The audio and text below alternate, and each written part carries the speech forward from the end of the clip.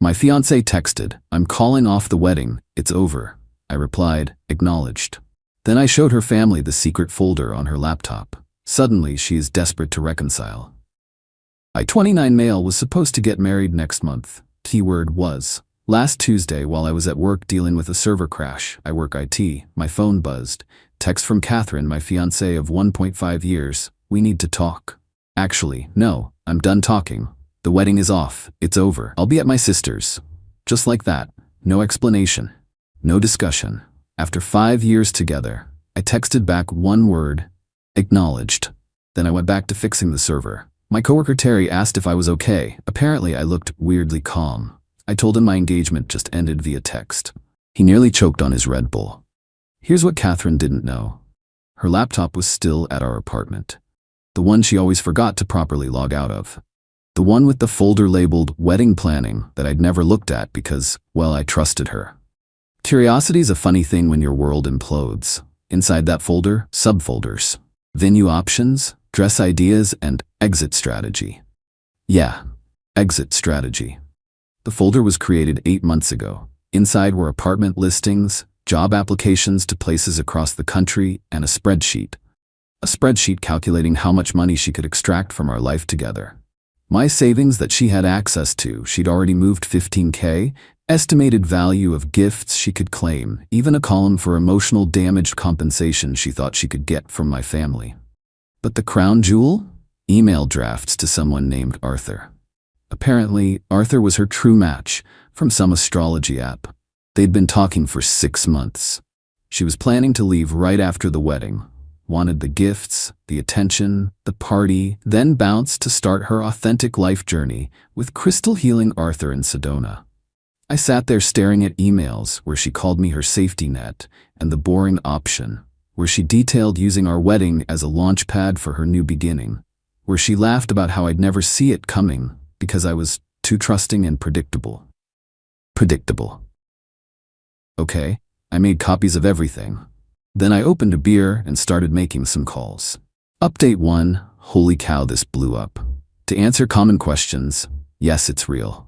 No, I'm not okay, but I'm functioning. Yes, I have a lawyer now. So after discovering Catherine's exit strategy, I did what any predictable IT guy would do. I created my own spreadsheet. First call was to my buddy who does photography. Asked if he could do me a solid and create a nice presentation, for memories. Told him I'd pay his regular rate. Second call was to the wedding venue. Explained the situation. The manager, Sandra, was surprisingly cool. "Honey, I've seen some things in 20 years, but this is a new one. The deposits are non-refundable, but since it's your credit card on file." She transferred everything to my name, even offered to help if I needed anything else. Third call was to Catherine's mom, Jean. Now, Jean's good people, old school, believes in honor, commitment, all that. I told her Catherine had called off the wedding and I respected her decision, but thought she should know why. Said I'd drop by tomorrow with some paperwork Catherine left behind. That night, Catherine's sister Hannah started blowing up my phone. Apparently, Catherine was processing her journey and needed space to heal from my toxic masculinity. Toxic masculinity equals me working 60-hour weeks so Catherine could pursue her art. She sold 3 paintings in 2 years. I responded, "Understood. Her belongings will be in boxes by Friday. You can't just kick her out. She has rights." Me. Lease is in my name. She has 30 days legally. I'm giving her till Friday as a courtesy. Then the flying monkeys arrived. Her best friend Jacqueline called me a pathetic man-child who couldn't handle a strong woman choosing herself. Her yoga instructor demed me about my blocked chakras preventing growth. Meanwhile, I was boxing up her stuff. Found more interesting things. Receipts for jewelry she'd bought herself and told me were from admirers at work. A credit card I didn't know about with $8K in debt. Books on how to marry rich and stay happy, and exit strategies for the modern woman. Predictable me documented everything.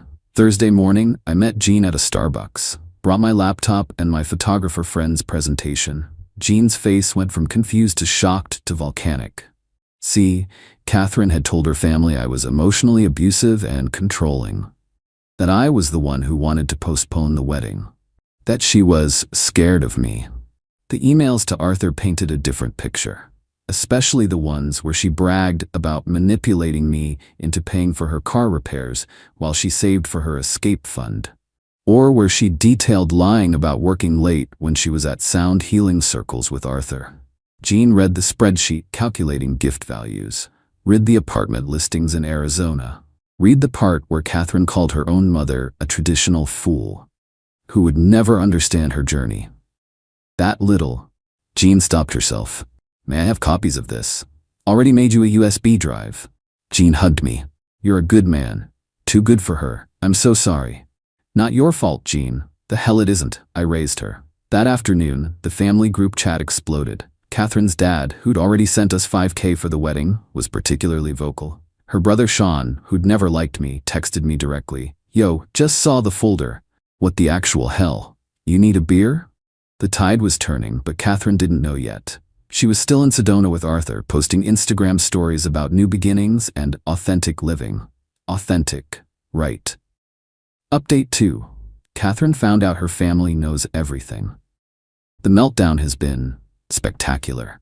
Friday morning, she showed up at the apartment while I was at work. According to my doorbell camera, she tried her tea, already changed the locks, then stood there for 10 minutes calling someone.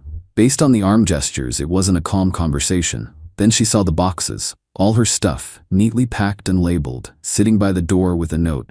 As requested, best wishes on your journey, your safety net. She kicked the boxes. Classy. 1:47 she calls me. I don't answer. 1:50 am. Texts start rolling in.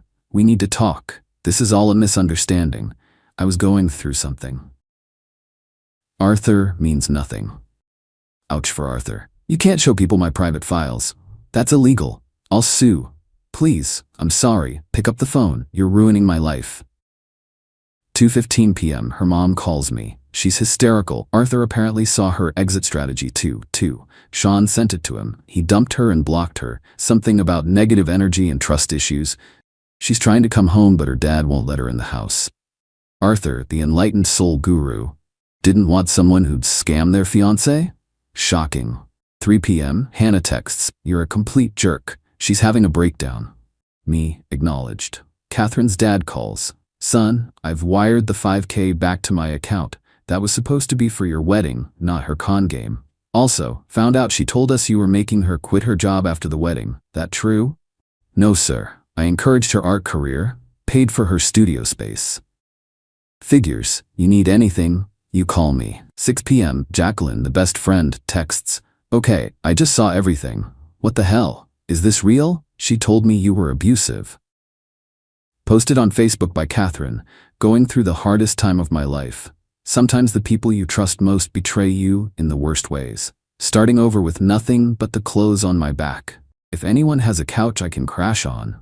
Betrayed, starting over, needs support. The comments were brutal. Turns out when you plan to scam your wedding guests, they take it personally. But the best part? My phone rings. Unknown number. Hello? Is this, safety net? Dude sounded young, nervous. Who's this? I'm Ryan. I matched with Catherine on Hinge like 3 months ago. She said she was single and we've been talking, but I just saw some stuff on Facebook. 3 months ago. Ryan, my dude, let me tell you a story. Final update. It's been a week since everything exploded. Time for the finale, I guess.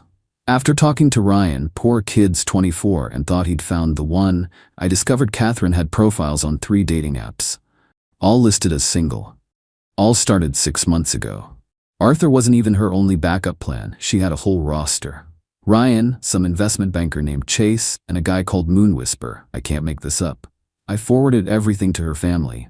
Her dad's response was just, Jesus Christ. Saturday night, she showed up at my apartment again.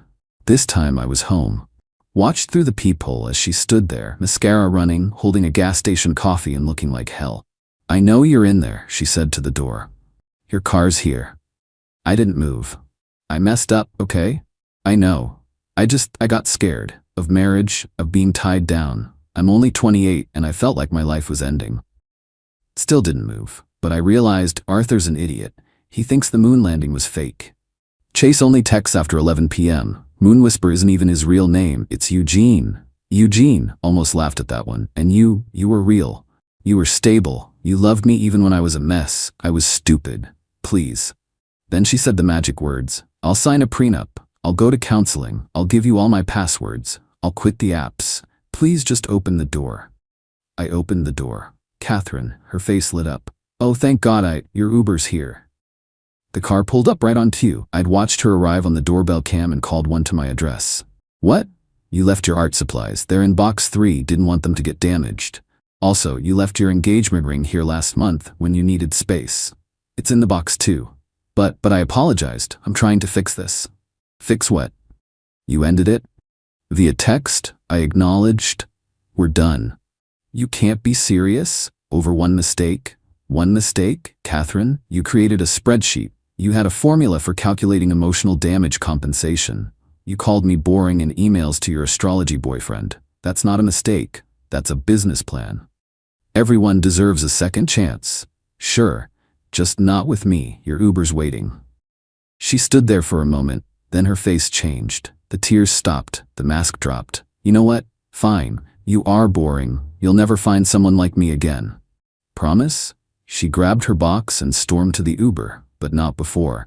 I hope you die alone with your stupid spreadsheets. Better than dying broke with a cheater. The Uber drove off. Haven't heard from her since. Her family still checks on me. Sean and I are actually going to a game next week.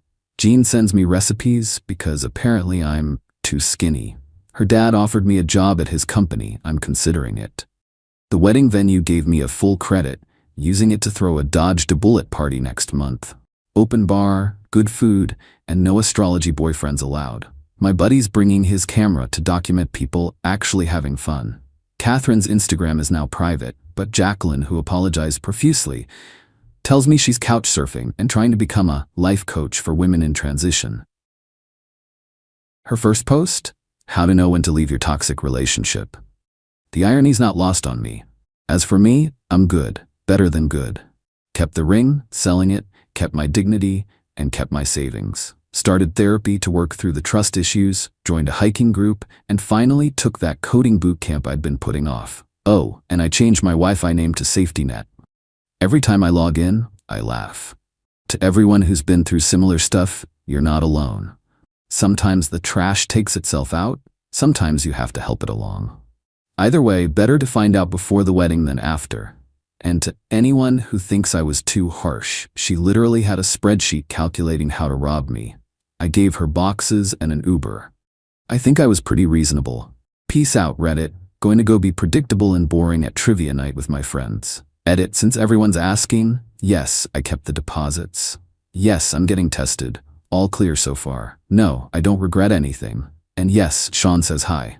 Edit 2. Catherine found the post. Her comment was deleted for violating sub-rules, but the TLDR was I'm manipulative and violated her privacy. Lady, you violated our entire relationship. Also, hi Catherine. Edit 3. Arthur reached out. Wants to clear his chakras of the situation. Told him to try sage or therapy. Preferably therapy. Final edit. Turning off notifications. Living my boring, predictable life. Thanks for the support, Reddit. Remember, when someone shows you who they are, believe them. Even if it's in a spreadsheet.